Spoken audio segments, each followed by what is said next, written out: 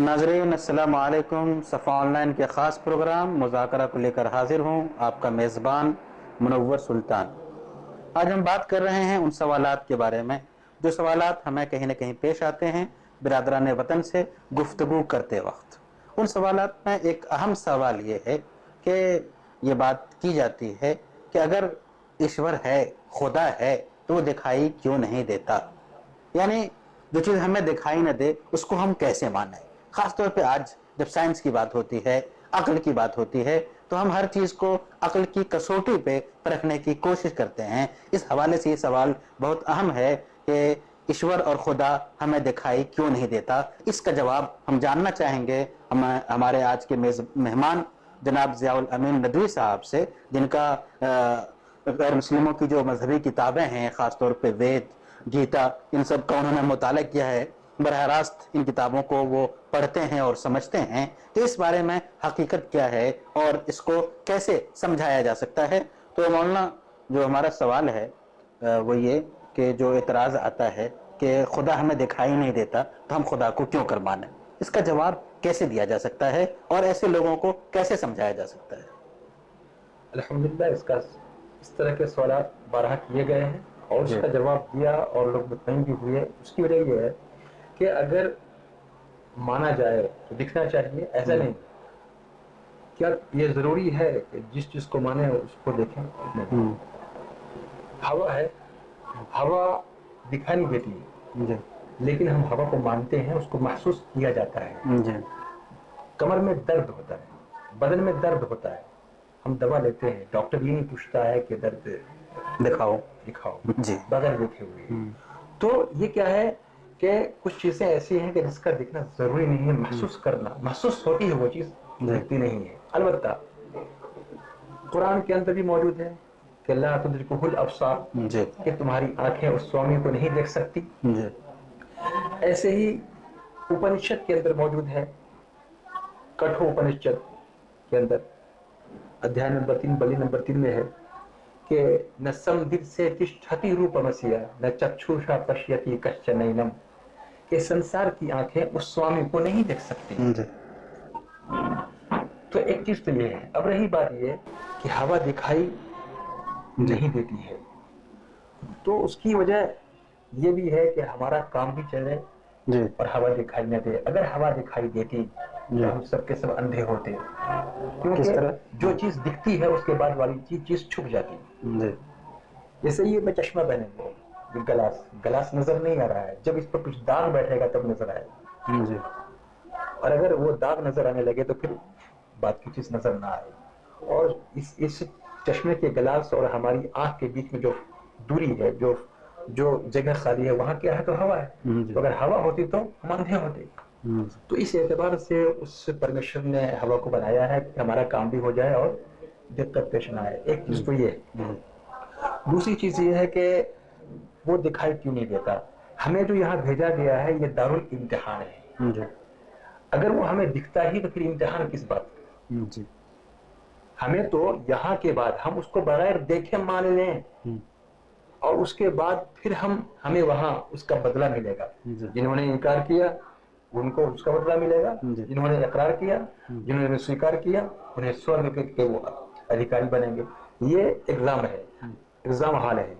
अब exam hall के अंदर क्या है कि हमारी जरूरत की चीजें, एग्जाम में जो भी चीजें हैं वो सामने रखी जाती है। कापी है, कलम है, पेपर है, सवालात हैं, ये सारी चीजें सामने रखी जाती हैं और हमें उसी एतबार से, उसी के अनुसार हमें जवाब देना होता है। ऐसे ही संसार के अंदर हमारे लिए, हमारे एग्जाम में जो जो वस्तुएं काम आने वाली थी हमारे सामने वो रख दी गई हैं और हम एग्जाम के पीरियड से गुजर रहे हैं। तो ये बात है कि ये दुनिया दारुल इम्तिहान है, ये तो मुसलमान मानते हैं उन किताबों की रोशनी में। हम गैर मुस्लिमों को कैसे समझाएं कि दारुल इम्तिहान है? जी, सबसे बड़ी चीज क्या है कि वो परमेश्वर है, उसने हमें यहाँ भेजा है। तो हमें यहाँ भेजा है तो अब हम अगर किसी चीज के मालिक हैं और तो हमें, मैं अगर मालिक हूं तो ये मेरी ख्वाहिश होगी कि मैं इसका मालिक हूं, ये लोग जाने। ऐसे ही ईश्वर ने यहाँ मनुष्य को पैदा किया, इसलिए पैदा किया कि वो जाने कि मैं यहाँ का मालिक हूं। ये असल चीज है। उसके लिए क्या है कि ईश्वर ने ऐसी मखलूक को चूज किया जिसके अंदर बुद्धि भी बुद्धि भी है और विवेक भी है, जहन भी है और जहन से सोचने का मादा शौर भी है। उसमें जितनी प्राणी है, जितनी मखलूक है, सब में इंसान ही फिट आए। अब ये है कि केला है, केले का मजा जब तक कोई खाएगा नहीं बता नहीं, यानी कि बताना तो समझ नहीं पाएगा। एक है कि किसी ने खाया नहीं और मैं खाया हूँ बता रहा हूँ, उसके लिए 100 पेज भी लिख दूं केले पर, उसको वो टेस्ट नहीं मिलेगा किताब पढ़कर। तो ये चीज है। तो उसमें शौर और विवेक, यानी कि बुद्धि और विवेक दोनों दोनों जरूरी है। तो इस एतबार से यहाँ यह है कि हमें यहाँ टेस्ट के लिए भेजा गया है, हमारे अंदर वो चीजें डाल दी गई है और उनकी किताबों के अंदर भी स्वर्ग नरक है। ये क्या है? ये रिजल्ट है ना, स्वर्ग नरक। उनके यहाँ ये बाज लोग उस चीज को नहीं मानते हैं, इकरार नहीं करते हैं, हालांकि ऐसी कोई बात नहीं है। उनकी किताबें भरी पड़ी हैं सब चीजों से। और जन्नत के अंदर जो, स्वर्ग के अंदर जो नियामतें हैं, जो आराम है, वो सारी चीजें वहां भी, नहरें बहती हैं, बागात हैं, सारी चीजें लिखी होंगी। तो ये सवाल उठता इसलिए है कि लोग पढ़ते नहीं हैं, पढ़ने लगेंगे तो क्या उन किताबों में, यानी वेदों में या उपनिषद में खुदा का तारुफ है कि वो बगैर मूर्ति का होगा, इस तरह की कोई चीज मिलती है? खुदा का तारुफ सबसे पहले कुरान को देखें। कुरान में लिखा है लैसा कमिस्लिही शै, तो उस जैसा कुछ भी नहीं। वैसे ही यजुर्वेद के अंदर है अध्याय नंबर 40 और मंत्र नंबर 9, उसमें लिखा हुआ है न तस्य प्रतिमा अस्ति, उस परमेश्वर की कोई मूर्ति नहीं बन सकती। अब अगर हम मस्जिद के अंदर जाएं, और जाना भी चाहिए सबको, अगर हम जाएं तो वहां न कोई मूर्ति होगी, न कोई फोटो होगा और न कोई मुजस्समा होगा। हम बगैर मुजस्समे, बगैर फोटो के ही, इसलिए कि उसका कोई फोटो और उसकी कोई मूर्ति बन नहीं सकती। अब मंदिरों के अंदर जहाँ जहाँ मूर्तियां हैं, अब वो मूर्तियां किसकी हैं? तो अब यहाँ पर इसे देखना होगा कि मूर्तियां किसकी हैं। ईश्वर की मूर्ति बन नहीं सकती, क्योंकि ईश्वर को किसी ने देखा ही नहीं। ये कुरान भी कहता है और वेद ने भी ये बात कही, उपनिषद ने भी कही। जब उसकी मूर्तियां नहीं बन सकती तो फिर ये मूर्तियां किसी और की होंगी। मान लीजिए फॉर एग्जाम्पल, एक चित्रकार है, तस्वीर बनाने वाला है, उसको बुलवाऊं, मैं कहूं कि मेरे दादा का निधन आज से 50 साल पहले हो गया और इस दीवार पे उनकी तस्वीर बना दो, फोटो बना दो, क्या वो बना पाएगा? वो कहेगा कि पहले दिखाइए, तो पहले वो देखेगा तब बनाएगा। जब उसको बताया जाए कि वो ऐसे थे, लंबे थे, चौड़े थे, चेहरा ऐसा था, तिल था, तो कुछ ना कुछ तो वो बना लेगा। लेकिन ईश्वर के बारे में कि बताया तब तो कि वो कैसा था, ऐसी तो बात है नहीं। तो मामला ये है कि उसको बताना पड़ेगा तब वो बनाएगा। लेकिन ईश्वर के साथ तो ऐसा कुछ है नहीं कि उसका हाथ कैसा है और पैर कैसा है, वो तो है ही नहीं उसके, तो उसके जैसा कुछ भी नहीं है, तो बताएंगे कैसे लोग? इसका मतलब ये हुआ कि आज मंदिरों के अंदर जो मूर्तियां हैं वो है एक कुम्हार के जहन की उपज है, उसको जो समझ में आया उसने बनाया, लेकिन वो ईश्वर की नहीं, वो किसी और की होगी।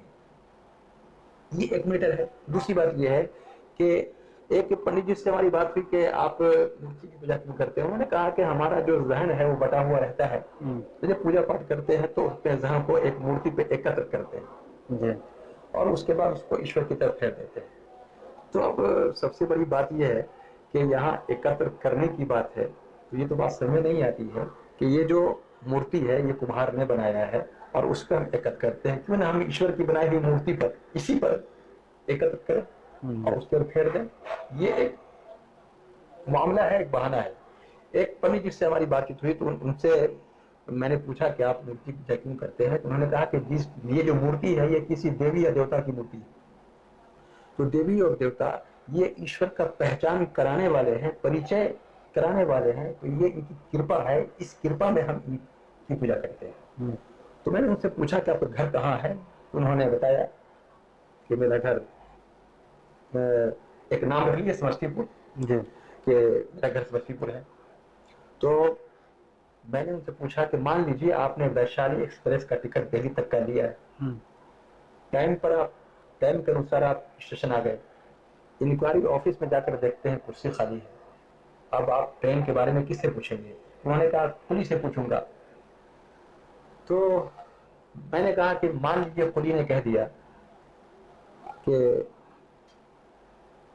ट्रेन 10 बजे समस्तीपुर एक नंबर प्लेटफॉर्म पर आकर लगेगी और कुली के बताए अनुसार वो ट्रेन 10 बजे आ गई, तो पंडित जी आप किस पर बैठिएगा, कुली पर बैठिएगा या ट्रेन पर बैठिएगा? तो उन्होंने जवाब दिया मैं ट्रेन पर बैठूंगा। मैंने कहा क्यों? ट्रेन का पता बताने वाला तो कुली है, पहले कुली पर बैठ जाए फिर ट्रेन की बारी आएगी। तो ये असल चीज समझने की है कि हमें जिस ईश्वर ने हमें उत्पन्न किया है, हमें पैदा किया है, इस संसार का बनाने वाला है, हमें उसकी पूजा करनी है। मैं अगर मेरी शादी हो गई और मेरी बीवी का चक्कर किसी और से चलने लगे तो क्या मुझे खुशी होगी? नहीं खुशी होगी, क्योंकि वो हमारी चौखट की है, वो किसी और की चौखट पर चली जाए तो ये पसंद नहीं है। तो ये ईश्वर को कैसे पसंद होगा कि बनाया मैंने, उत्पन्न किया मैंने, रोजी मैं देता हूँ सब कुछ, और उसके बाद वो मेरी उपासना न करके किसी और की उपासना में लगा होगा। बहुत शुक्रिया, जज़ाकल्लाह।